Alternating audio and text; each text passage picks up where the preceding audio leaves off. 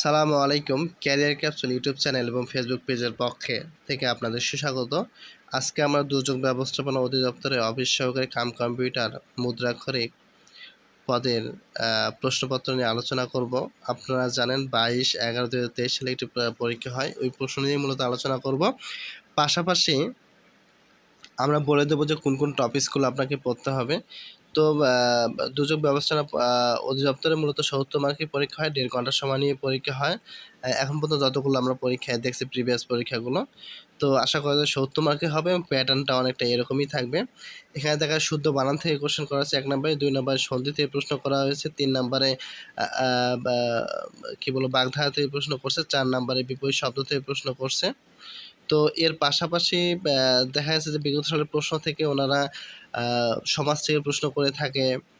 এরপরে বাক্যশুদ্ধি থেকে প্রশ্ন করে। এরপরে Bangla to English to Bangla থেকে কোয়েশ্চেন করতে দেখা গেছে। ইংলিশ টু বাংলা থেকে ওনারা কোয়েশ্চেন করে। এরপরে সাহিত্য থেকে ২-১টা প্রশ্ন করে থাকে। তো আমরা জাস্ট এগুলো একটু দেখে নেব। সাহিত্য বলতে খুব ভাইটাল যেগুলো কাজী নজরুল ইসলাম, রবীন্দ্রনাথ ঠাকুর, মাইকেল মধুসূদন দত্ত, দেখা যায় এনাদের কাছ থেকে কোয়েশ্চেন, জসীমউদ্দিন, এনাদের কাছ থেকে কোয়েশ্চেন করে থাকে আরকি। তো যাক, তাহলে বাংলা পাঠ থেকে এতটুকুই পড়বো। ইংরেজিতে দেখা যাচ্ছে প্রিপোজিশন বরাবর সবসময় আসে, প্রিপোজিশনটা আমাদের পড়তে হবে। এরপরে ৭ নম্বরে আর্টিকেল থেকে কোয়েশ্চেন করা আছে। তো যাক, আর্টিকেল থেকে পড়তে হবে। এরপরে কারেক্ট সেন্টেন্স করা আছে, রিয়ারেন্স আরকি। তো এগুলো একটু দেখে নেব। তাহলে এর পাশাপাশি আমরা দেখব ইডম ফ্রেশ থেকে এখানে কোয়েশ্চেন করে নাই, কিন্তু ইডম ফ্রেশটা খুব গুরুত্বপূর্ণ। বিগত সালের প্রশ্নগুলো দেখলে ইডম ফ্রেশ দেখা গেছে আসছে। এরপর চেঞ্জিং সেন্টেন্স বা ট্রান্সফরমেশন অফ সেন্টেন্স আসছে দেখা গেছে। আমরা এগুলো একটু দেখে নেব। এরপরে হ্যাঁ, বাংলা টু ইংলিশ তো এখানে আছেই। আচ্ছা যাক, এরপরে ম্যাথের মধ্যে এখানে আছে কি ধান ও ধান থেকে উৎপন্ন চালের অনুপাত। আচ্ছা, অনুপাতের অঙ্ক দেওয়া আছে। আচ্ছা, অনুপাতের অঙ্ক আমরা দেখব। এরপরে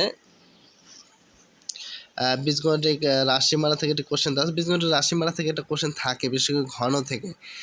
আমরা যতগুলো কোশ্চেন দেখলাম, তার মধ্যে দেখলাম যে ঘন থেকে একটা কোশ্চেন থাকেই। এরপরে পরিমিতি থেকে একটা প্রশ্ন থাকে। ১১ নম্বর দেখা যাচ্ছে এটা পরিমিতি অঙ্ক দেওয়া আছে। তো পরিমিতি থেকে থাকে, তারপরে ঘন থেকে একটা প্রশ্ন থাকে, এরপরে সংখ্যা থেকে একটা প্রশ্ন থাকে, লাভ ক্ষতি থেকে একটা প্রশ্ন আমরা দেখি যে লাভ ক্ষতি থেকে প্রশ্ন দেখতে পাই। এরপরে শতকরা থেকে একটা প্রশ্ন থাকে। অনেক সময় ট্রেনের অঙ্ক দিয়ে থাকে, বানরের অঙ্ক দিয়ে থাকে, নৌকা স্রোতের অঙ্ক দিয়ে থাকে। এগুলো একটু দেখে নেব আমরা, তাহলেই হয়ে যাবে। এবং সাধারণ জ্ঞান খুব সিম্পল, সাম্প্রতিক বিষয়াবলী থেকে থাকে কয়েকটা, দুর্যোগ ব্যবস্থাপনা থেকে ২-১টা কোশ্চেন থাকে, মুক্তিযুদ্ধ থেকে থাকে, সংবিধান থেকে কোশ্চেন থাকতে দেখা গেছে, সরকারের উন্নয়ন নিয়ে কোশ্চেন থাকে। এই টপিকসগুলো পড়লে আশা করি এনাফ যথেষ্ট হয়ে যাবে কম্পিউটার মুদ্রাক্ষরিক পদের জন্য।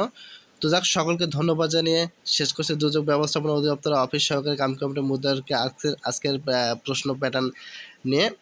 তো যাক, আগামী মাসে যে পরীক্ষা আছে, পরীক্ষায় সবাই ভালো করেন এই কামনায় রইল। এবং যে কোনো ধরনের কোশ্চেন থাকলে আমাদের ইনবক্স করতে পারেন অথবা কমেন্ট করতে পারেন। সকলকে ধন্যবাদ জানিয়ে শেষ করছি। ক্যারিয়ার ক্যাপসুল ইউটিউব চ্যানেলের সঙ্গেই থাকবেন। আসসালামু আলাইকুম।